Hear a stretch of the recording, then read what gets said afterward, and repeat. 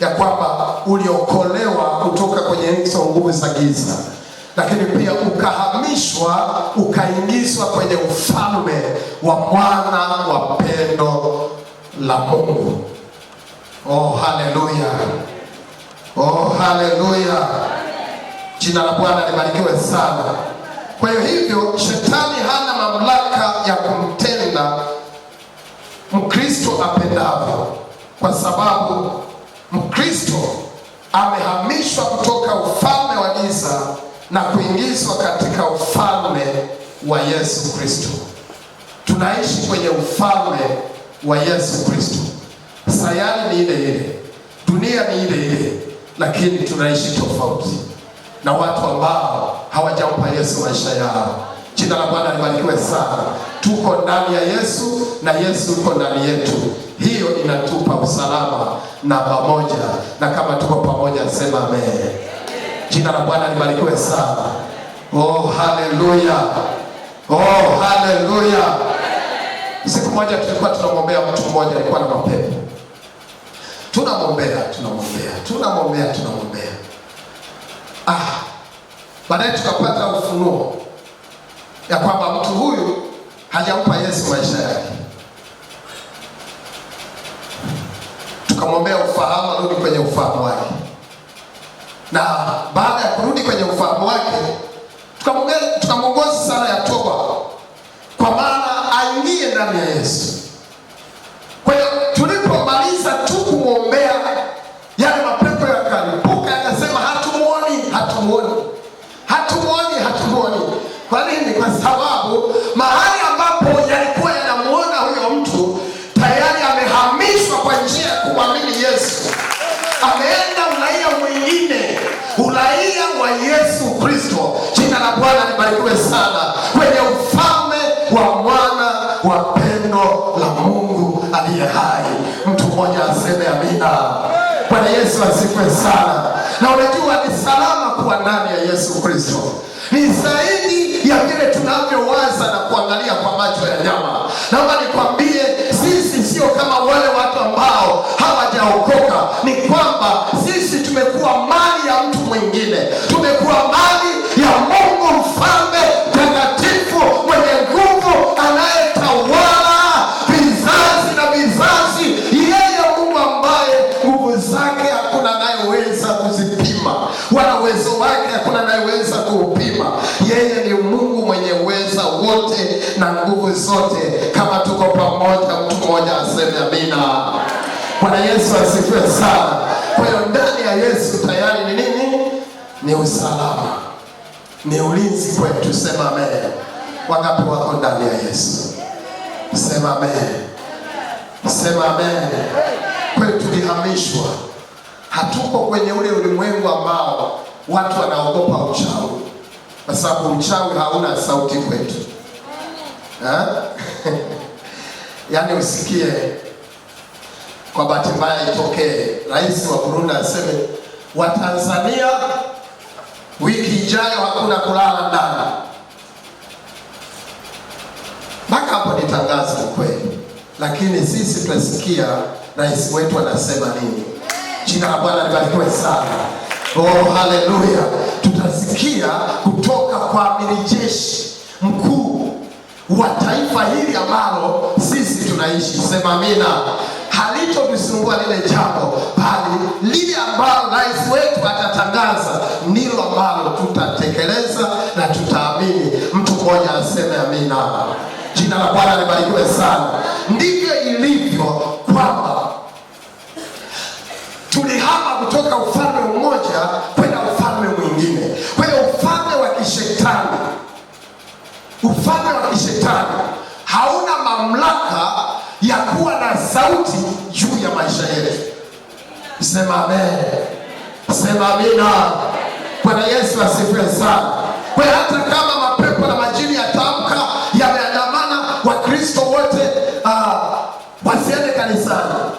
Wataamka, watatoka kuzimu huko, watakuja duniani, watakuta Wakristo wako kanisani. Kwa nini? Kwa sababu matangazo yao, mipango yao, mbinu zao hazina mamlaka juu ya maisha yetu, kwa sababu tunaishi sayari nyingine kwenye ulimwengu wa roho. Kama tuko pamoja, sema amina. Tunaishi kwenye ufalme ndani ya Kristo Yesu. Sema amen. Sema amen. Sema amen. Sema amina.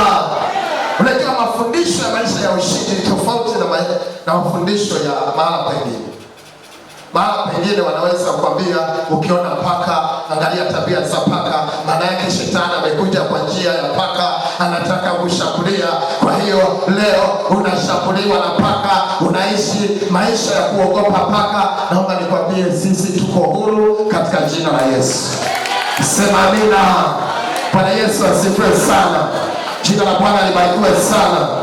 Uhuru wetu unatokana na kweli ya neno la Mungu, ni kwamba tuko dunia nyingine, tuko sayari nyingine. Hata kama ungekwambia ile njia panda wamevunja nazi, sijui wamefanya matambiko, hatuwezi kupita pale, wewe nenda katika jina la Yesu. Kwa sababu gani? Yaani ule ni mfumo ambao hauingiliani na mfumo wa ufalme wako. Jina la Bwana libarikiwe sana. Oh, haleluya. Ni mfumo ambao hauingiliani. Unaishi ufalme mwingine. Unaishi ufalme mwingine. Sema amen. Wangapi wako ndani ya Yesu? Na nikwambie, kuwa ndani ya Yesu ni fahari. Kuwa ndani ya Yesu ni usalama. Kuwa ndani ya Yesu ni ulinzi katika jina la Yesu.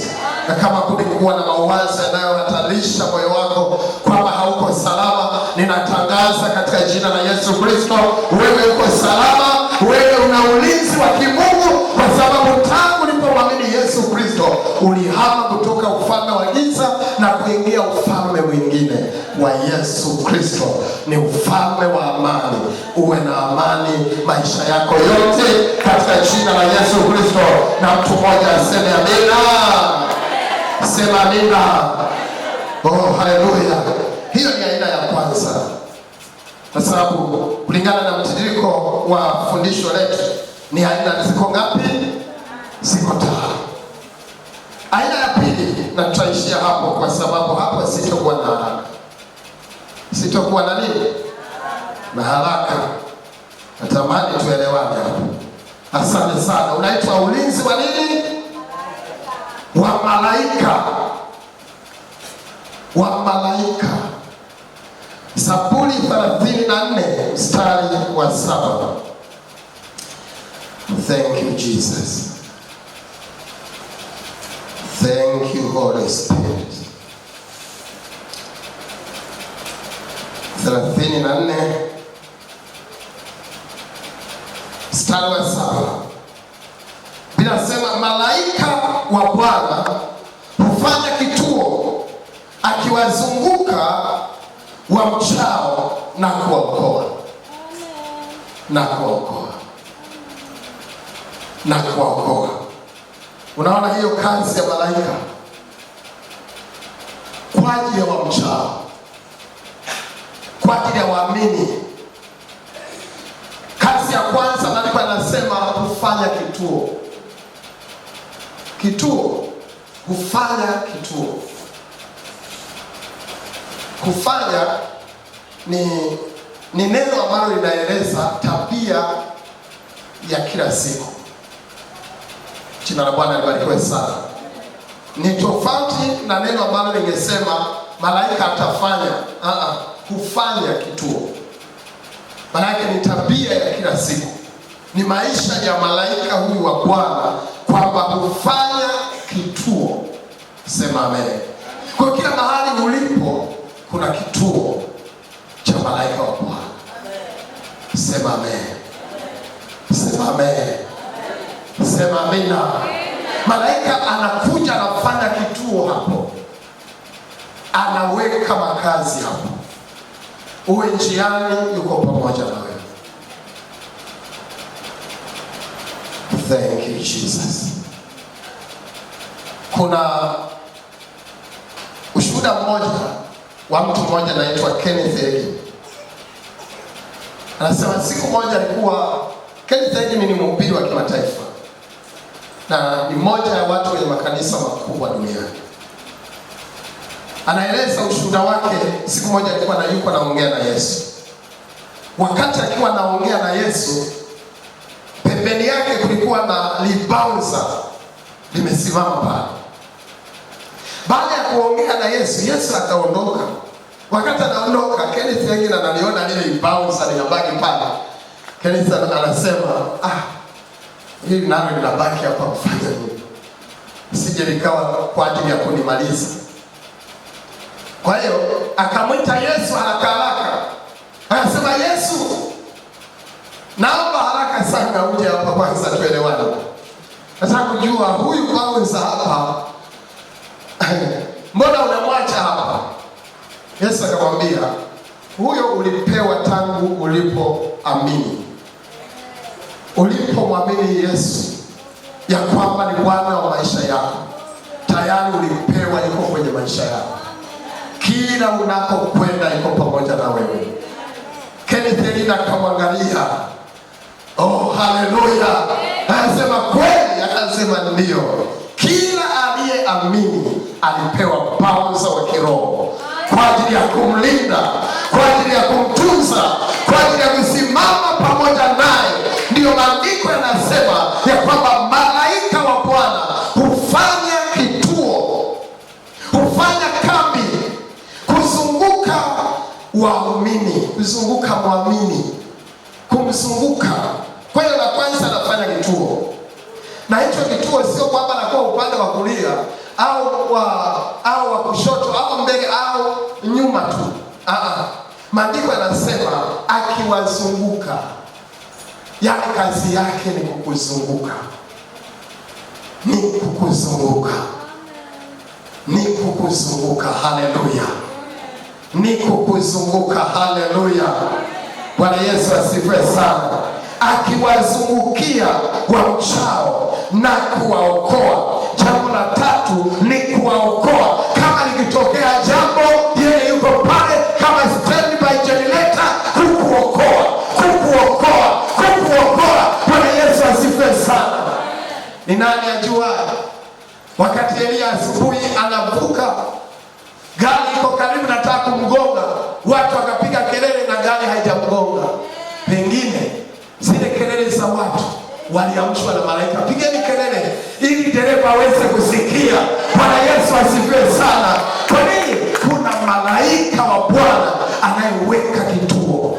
Kuna malaika wa Bwana anayezunguka, akiwazungukia wamchao, wamwamini yeye Bwana. Jina la Bwana libarikiwe sana. Lakini pia maandiko yanasema akiwaokoa. Ikitokea tauni, yakitokea mabaya, ikitokea milipuko, yuko pale kuokoa.